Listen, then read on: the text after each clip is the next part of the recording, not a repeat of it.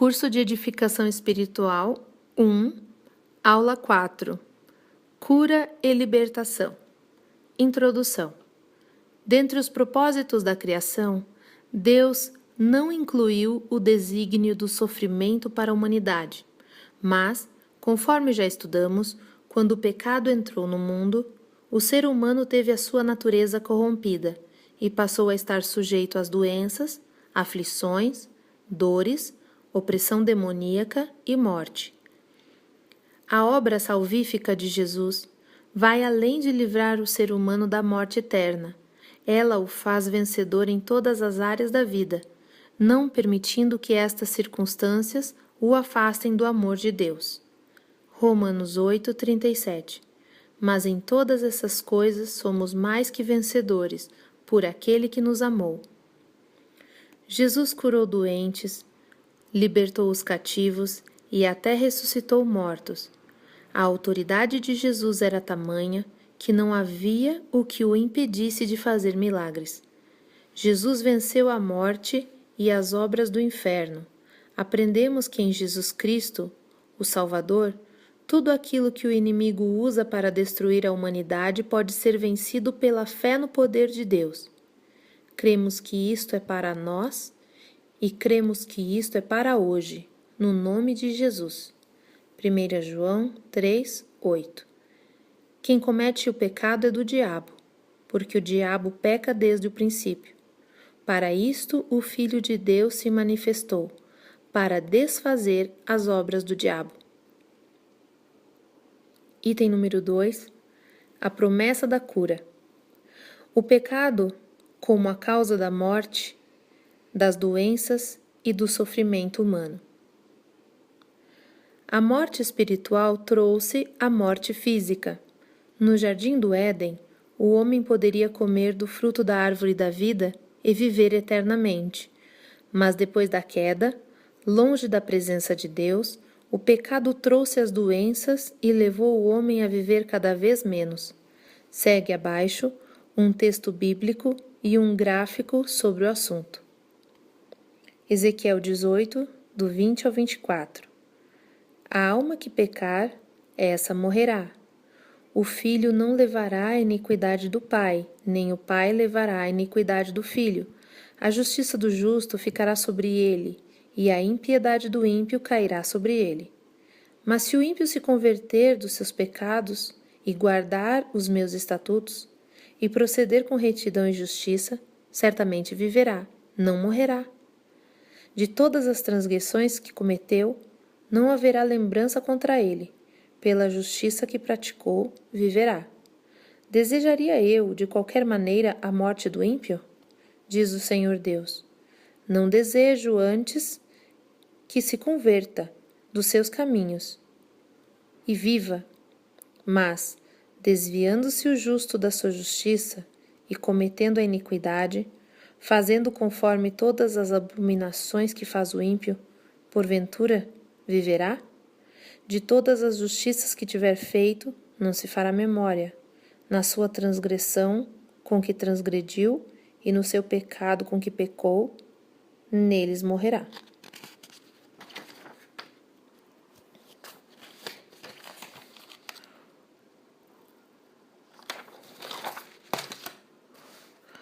Um gráfico mostra que Matusalém viveu 969 anos, Noé viveu 950 anos, Sete viveu 912 anos, Adão viveu 930 anos. Então mostra uma queda na época do dilúvio, e logo após o dilúvio temos Abraão, 175 anos, Naor, 148 anos, José, 110 anos, Samuel, 111 anos, e já o profeta Davi, 71 anos, que é a média de vida ainda nos dias de hoje. Item número 2. A profecia da cura. A Bíblia nos ensina que através das feridas de Jesus, nós somos sarados. Isaías 53, 4 e 5. Verdadeiramente Ele tomou sobre si as nossas enfermidades, e as nossas dores levou sobre si. E nós o reputávamos por aflito, ferido de Deus e oprimido. Mas Ele foi ferido por causa das nossas transgressões, e moído por causa das nossas iniquidades. O castigo que nos traz a paz estava sobre Ele, e pelas suas pisaduras fomos sarados. O cumprimento. Jesus curou todos os tipos de doenças, sem exceção. Mateus 4, 23. E percorria Jesus toda a Galiléia, ensinando nas sinagogas e pregando o evangelho do reino, e curando todas as enfermidades e moléstias entre o povo. Mateus 14, 36. E rogavam-lhe que ao menos eles pudessem tocar a orla da sua roupa, e todos os que a tocavam ficavam sãos. Marcos 3,10 diz: Porque tinha curado a muitos, de tal maneira que todos quantos tinham algum mal se arrojavam sobre ele para lhe tocarem. E também Mateus 11:5. Os cegos veem, os coxos andam, os leprosos são limpos, os surdos ouvem, os mortos são ressuscitados, e aos pobres é anunciado o Evangelho. Item 2.4. A missão da Igreja. Jesus revestiu a Igreja da sua própria autoridade, para que, em seu nome, curasse os enfermos. Marcos 16, 17 e 18. E estes sinais seguirão aos que crerem.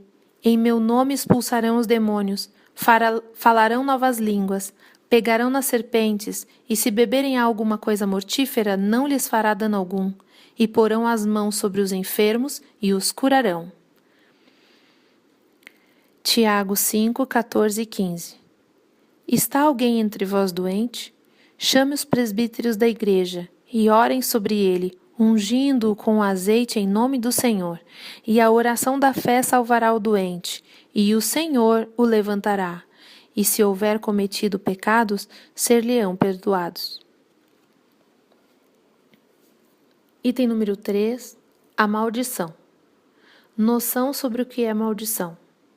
É o mal que penetra na vida do ser humano por meio de uma legalidade adquirida pelo inimigo. A queda do homem em pecado trouxe uma autorização para que Satanás afligisse a humanidade através das maldições.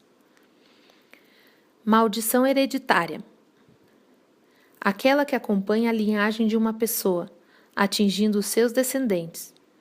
Os pecados abrem brechas para a ação do mal e só podem ser fechadas pela oração de confissão e arrependimento. Êxodo 20, 4 e 5. Não farás para ti imagem de escultura, nem alguma semelhança do que há em cima dos céus, nem embaixo na terra, nem nas águas debaixo da terra. Não te encurvarás a elas, nem as servirás, porque eu, o Senhor teu Deus, sou zeloso, e visito a iniquidade dos pais nos filhos, até a 3ª e 4ª geração daqueles que me odeiam. Maldição enviada por terceiros. São exemplos os trabalhos de feitiçaria, simpatias, encantamentos, trabalhos de umbanda e toda espécie de magia. Números 23, 23. Pois contra Jacó não vale encantamento, nem adivinhação contra Israel. Neste tempo se dirá de Jacó e de Israel: que coisas Deus tem realizado. Maldição por palavras lançadas. Há poder nas palavras.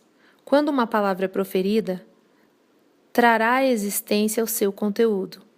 Palavras que denigrem, que sentenciam um futuro mal, que rotulam alguém como derrotado, incompetente, burro, inútil, atraem maldição para o ofendido e também para o ofensor. Provérbios 18, 21. A morte e a vida estão no poder da língua, e aquele que a ama comerá do seu fruto. Maldição adquirida por atos da própria pessoa. Uma pessoa pode atrair maldição para ela mesma através da desobediência aos mandamentos de Deus, como os pactos, rituais e costumes enganosos das falsas religiões.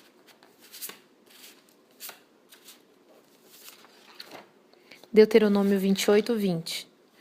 O Senhor mandará sobre ti a maldição, a confusão e a derrota em tudo que puseres a mão para fazer, até que sejas destruído, e até que repentinamente pereças, por causa da maldade das tuas obras, pelas quais me deixaste.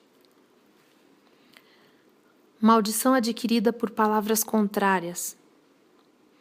As palavras de autocomiseração, de pena de si mesmo, de raiz de amargura, falta de perdão e palavras de derrota sobre si tomam forma na vida da pessoa, conforme foram proferidas contra ela própria. Eclesiastes 10:3. E, até quando o tolo vai pelo caminho, falta-lhe o seu entendimento e diz a todos o quanto é tolo. Exemplificando, aquele que vive falando contra si, eu não presto, eu já estou perdido, nunca vou conseguir aquilo, tal coisa, ou se impõe um estigma emocional de incompetente, burro, destratado, desastrado, infeliz, imprestável, fracassado, essas palavras acabam se tornando realidade na vida de quem as profere. Provérbios 18, 7. A boca do tolo é a sua própria destruição, e os lábios um laço para a sua alma. Sintomas da maldição. Seguem alguns indícios de que o inimigo pode estar operando contra a vida de alguém ou mesmo contra uma família, por força de uma maldição. São exemplos: colapso mental e emocional, opressão, confusão, síndrome do pânico, tristeza, solidão e culpa. Doenças frequentes ou crônicas que oscilam sem perspectiva de diagnóstico. Fracassos constantes. Rompimento de laços matrimoniais e transtornos familiares. Contínua recessão financeira. Propensão a acidentes. Vícios diversos. Desejo de se matar. Atenção especial ao histórico de suicídios na família. Perversão sexual. Atenção também ao histórico de pedofilia na família. Gálatas 3:13 diz: Cristo nos resgatou da maldição da lei, fazendo-se maldição por nós, porque está escrito: maldito todo aquele que for pendurado no madeiro. Item número 4. A libertação.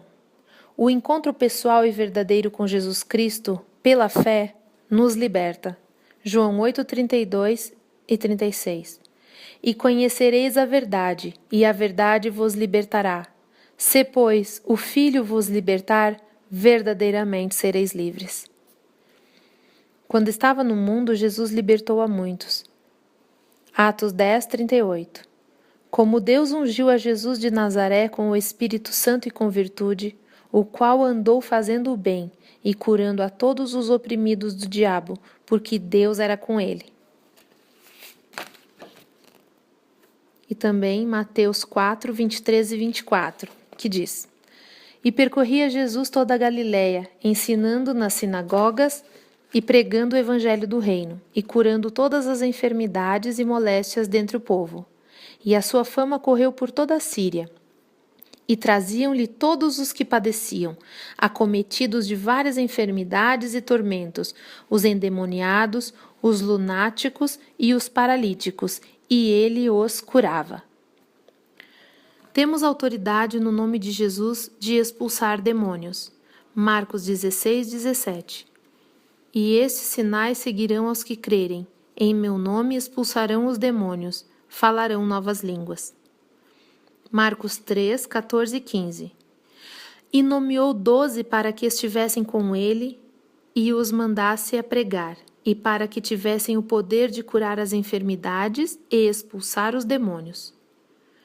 Lucas 4, 18 e 19.